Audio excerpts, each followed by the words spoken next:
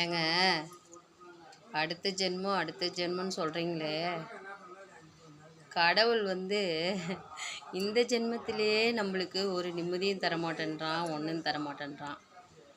கஷ்டப்பட்டு தான் நம்ம வாழ வேண்டியதாக இருக்குது. இந்த பிறவியில் நம்ம குழந்தையா பிறக்கிறோம், அடுத்தது வளர்கிறோம், அடுத்தது கல்யாணம் பண்ணுறோம், அடுத்தது தாத்தா பாட்டி, அடுத்தது சில கடமைகள், எல்லாமே கடமைகள்னு போகும்போது நம்மளுக்கு அடுத்த ஜென்மம் எதுக்குங்க? இந்த ஜென்மிலே இத்தனை பிறவியும் கொடுத்தாச்சு, ஆனால் அடுத்த ஜென்மன்னு ஒரு பிறவி நமக்கு தேவையாங்க? சொல்லுங்கள். எனக்கு தேவையில்லைங்க. ஏன்னா நம்ம வாழ்ந்த வரைக்கும் போதும், வாழ்ந்ததே மிச்சம். ஓகேங்களா?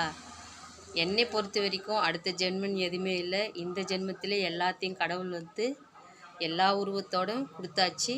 ஓகே ஃப்ரெண்ட்ஸ், இந்த வீடியோ பிடிச்சிருந்தால் லைக் பண்ணுங்கள், ஷேர் பண்ணுங்கள், சப்ஸ்கிரைப் பண்ணுங்கள்.